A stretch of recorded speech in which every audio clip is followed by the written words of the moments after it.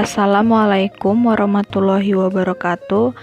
Nama saya Viviana Khairunisa, NPM 1804040101, jurusan Ekonomi Syariah kelas C.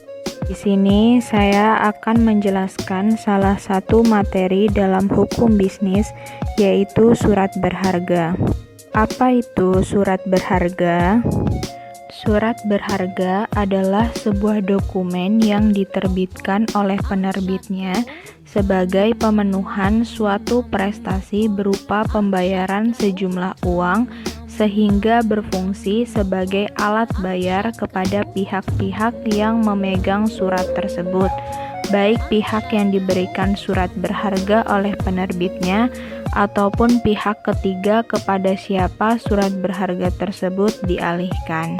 Surat berharga dalam bahasa lain disebut juga sebagai commercial paper atau negotiable instrument.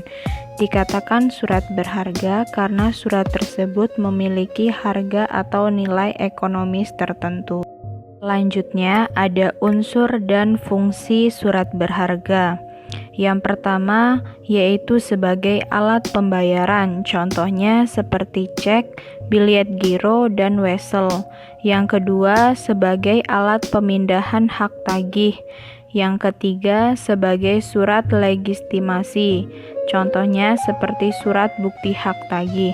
Yang keempat surat bukti investasi, contoh seperti obligasi dan surat saham. Yang kelima sebagai alat untuk diperdagangkan, dan yang terakhir adalah sebagai alat bukti terhadap hutang yang telah ada.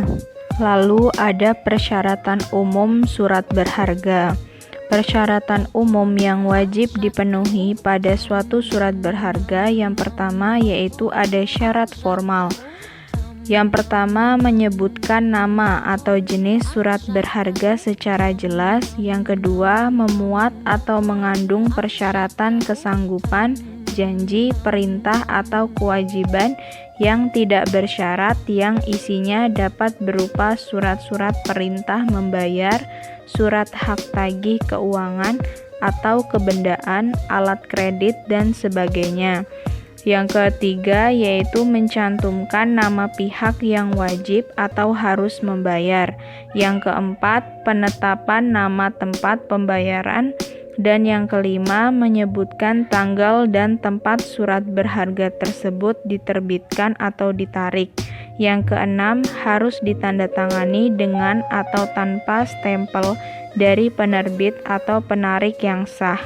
Hal ini tergantung kepada subjek atau siapa yang menerbitkannya, bisa individu, badan hukum, ataupun yayasan. Sedangkan dari syarat material yang pertama adanya perikatan dasar atau sebab-sebab yang sah. Yang kedua merupakan hak tagih untuk mendapatkan pembayaran uang atau penyerahan kebendaan. Yang ketiga dapat dialihkan dengan cara endorsement, Chesley atau peralihan dari tangan ke tangan. Yang keempat tidak dapat dibatalkan oleh penerbit atau penarik. Dan yang kelima tersedianya dana dan bendanya jika pada saat penguangan atau penyerahan. Selanjutnya ada pihak-pihak yang terlibat dalam penerbitan surat berharga. Yang pertama ada penerbit sebagai debitur, merupakan pihak yang menerbitkan surat berharga.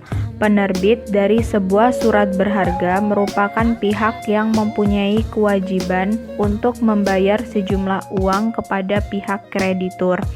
Yang kedua, pemegang pertama atau pembawa sebagai kreditur adalah pemegang surat berharga yang memiliki hak tagih. Yang ketiga yaitu tersangkut.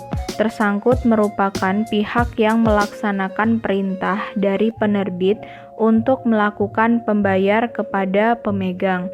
Yang keempat, penarik atau drewe merupakan pihak pemilik dana pada rekening yang memerintahkan tertarik, yaitu bank, untuk membayar kepada pemegang.